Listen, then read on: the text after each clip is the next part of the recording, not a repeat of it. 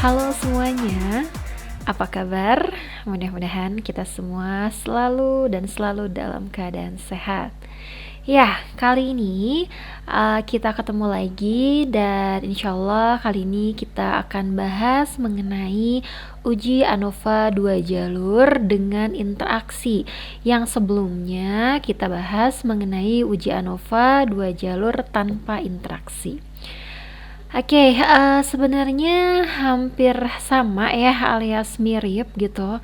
Hanya ada perbedaan sedikit saja. Kalau yang kemarin itu mungkin interaksinya itu tidak diperhatikan. Nah, kalau yang ini mungkin interaksinya itu diperhatikan.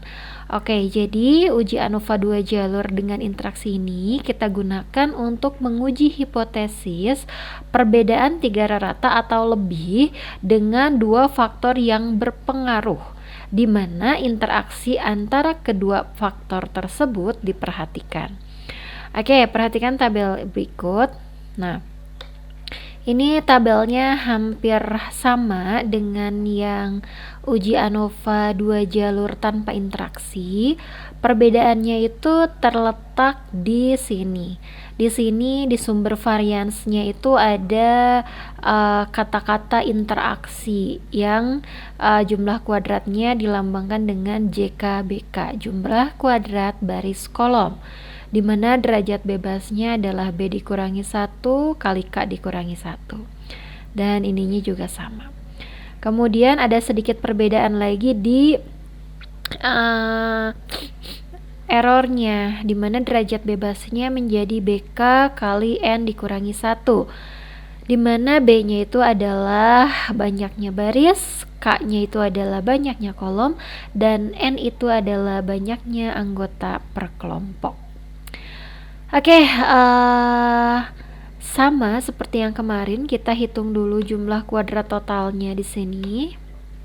Nah, ini dimana kita perhatikannya di sini ada I, J, K. Jadi ada baris, ada kolom, dan ada baris kolom gitu ya. Ini hampir sama dengan pembahasan mengenai uji ANOVA 2 jalur tanpa interaksi.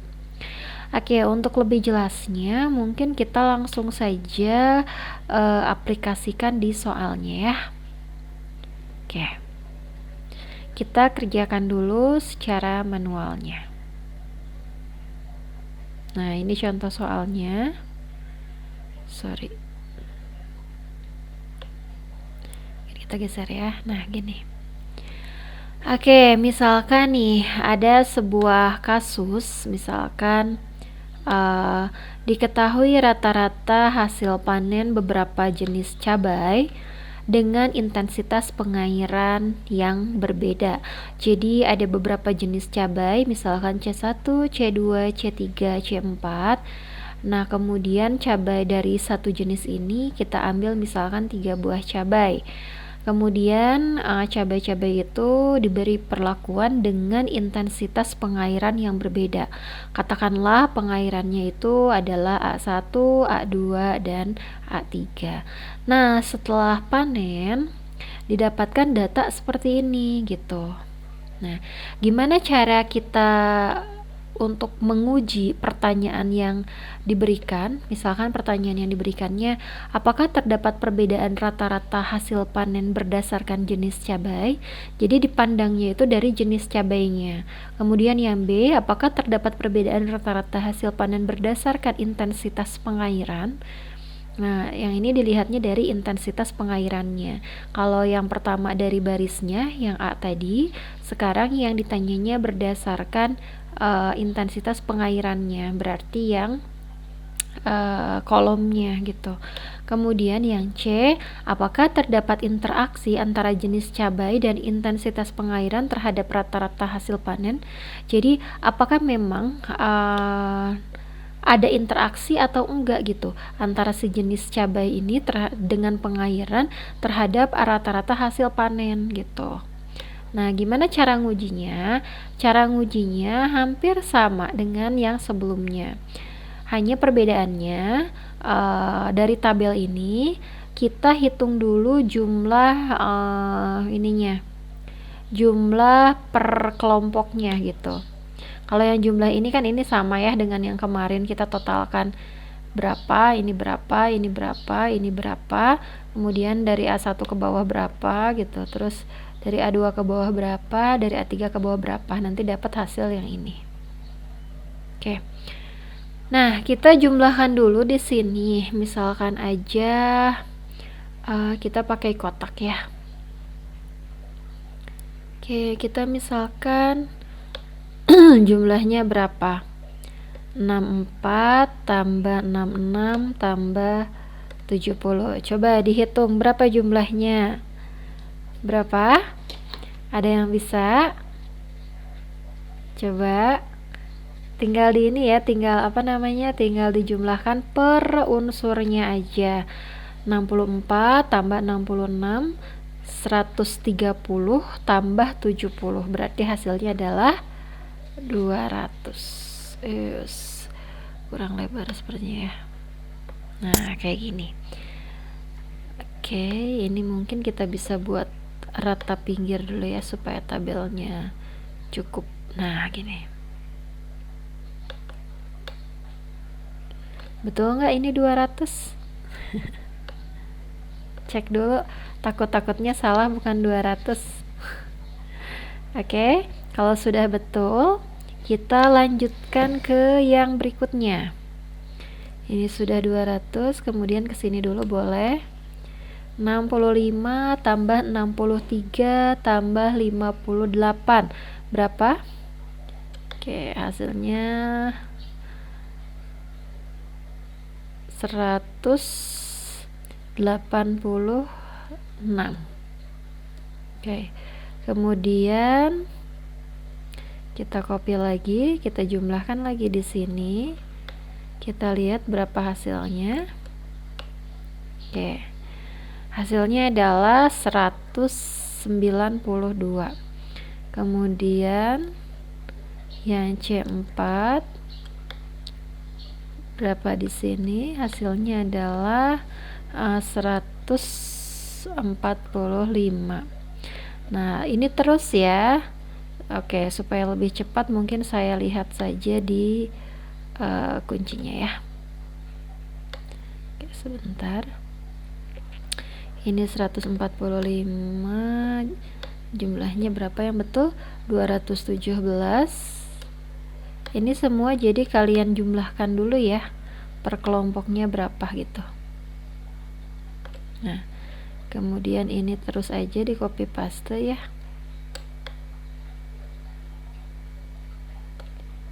Nah, gitu. Oke.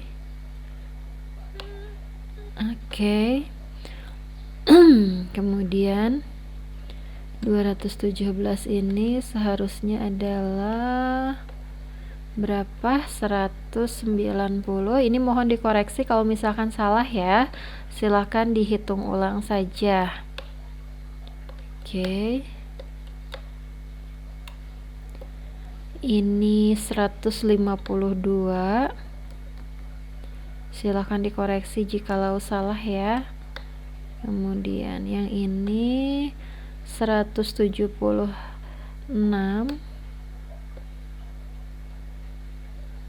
172. Kemudian yang ini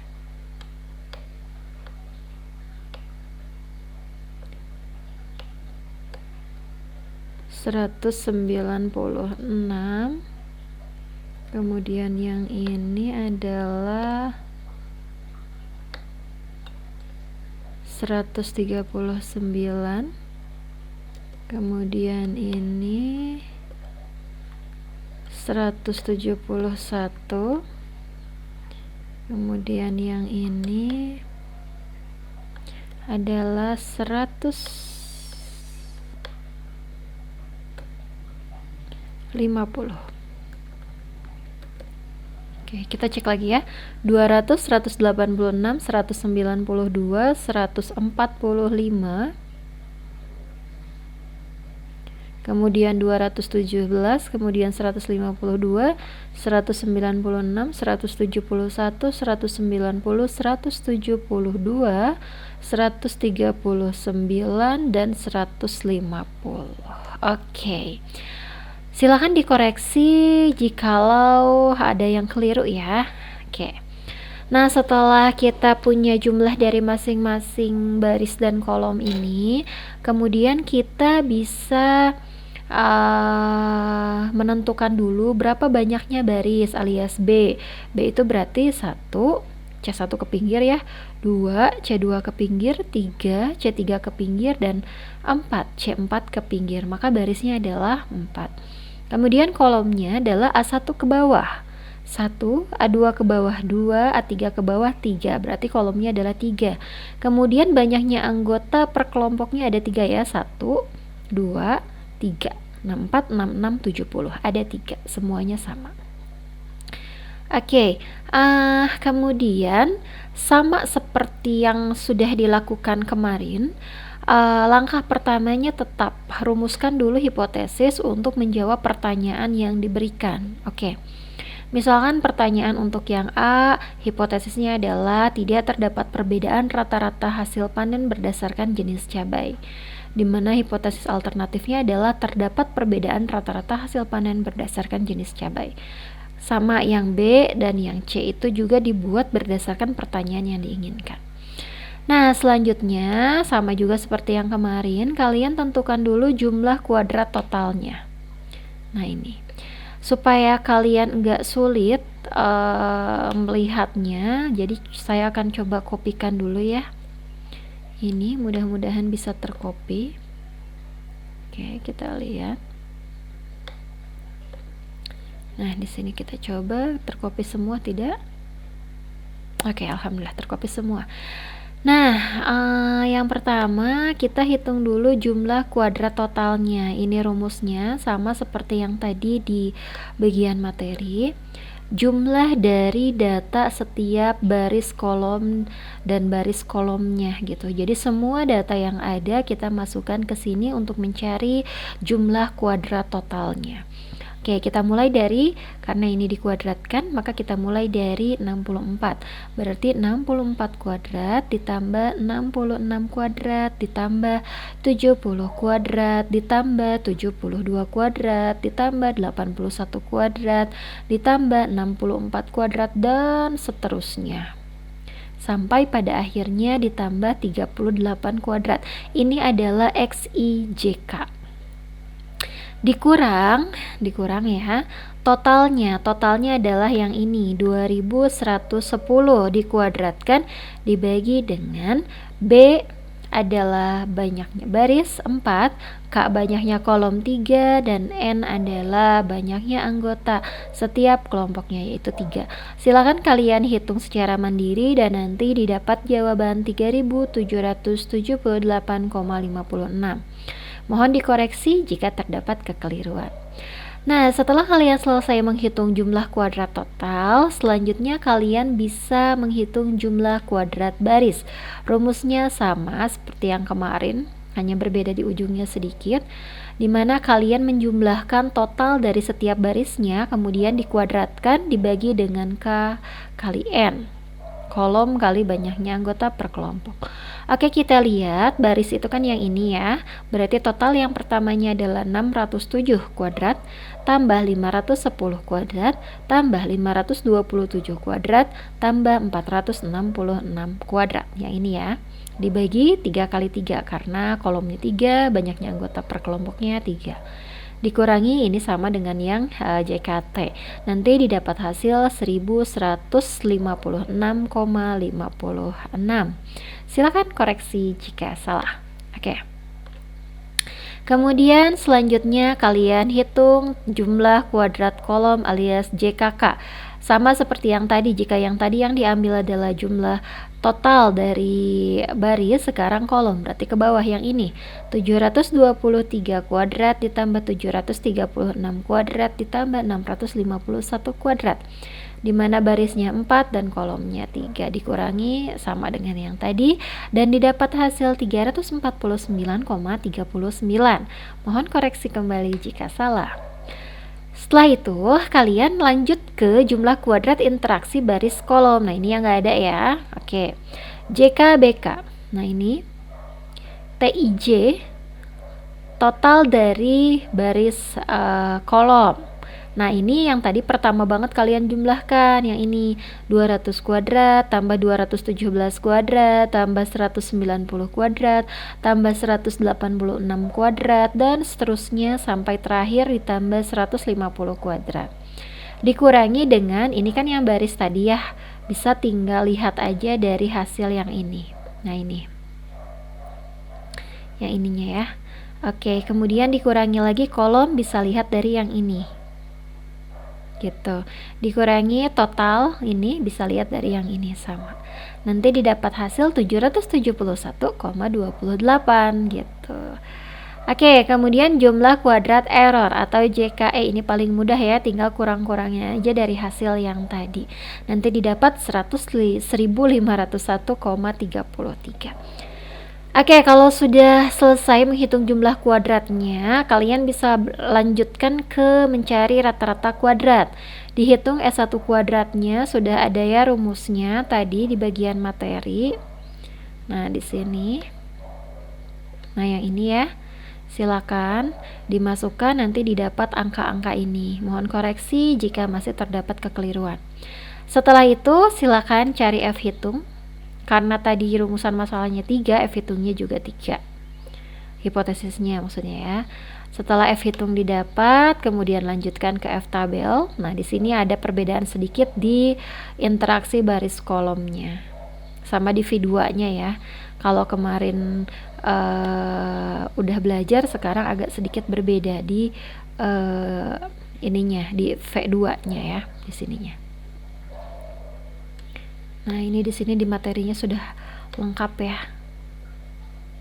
Nah, di sininya ada BK kali N dikurangi 1. Jadi ada baris kolom include di V2-nya. Oke, kalau F hitung sudah dapat, kemudian F tabel sudah dapat, seperti biasa tinggal ditarik kesimpulan aja. Dengan kriterianya ini, jika F hitung kurang dari atau sama dengan F tabel, maka H0-nya diterima. Di sini terlihat bahwa F hitung yang pertama untuk baris itu adalah 6,16 yang ini ya. Kemudian F tabelnya setelah dilihat dari tabel itu didapatkan 3,01. Untuk tabelnya silakan bisa browsing atau lihat di buku-buku statistika. Nah, didapat 3,01 F tabelnya. Karena nilai F hitung itu ternyata lebih besar daripada F tabel, maka H0-nya ditolak. H0 ditolak artinya HA-nya diterima. Kita lihat lagi hipotesisnya. Nah, ini H0-nya kan ditolak.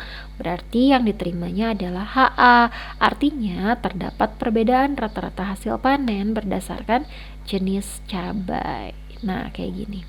Terdapat perbedaan rata-rata hasil panen berdasarkan jenis cabai, di mana yang B-nya itu H0-nya diterima, berarti tidak terdapat perbedaan jika dilihat berdasarkan pengairan, intensitas pengairan. Nah, yang selanjutnya juga dari baris kolom H0-nya diterima, sehingga tidak terdapat interaksi antara jenis cabai dan intensitas pengairan terhadap rata-rata hasil panen. Seperti itu mungkin pembahasannya. Nanti untuk SPSS-nya akan dibahas lebih lanjut ya. Oke. Sampai sini dulu. Nanti kita akan adakan sesi diskusi di pertemuan berikutnya. Oke, semoga ilmunya bermanfaat dan dapat kalian pahami dengan baik. Jangan pernah bosan untuk belajar. Saya pamit. Assalamualaikum warahmatullahi wabarakatuh.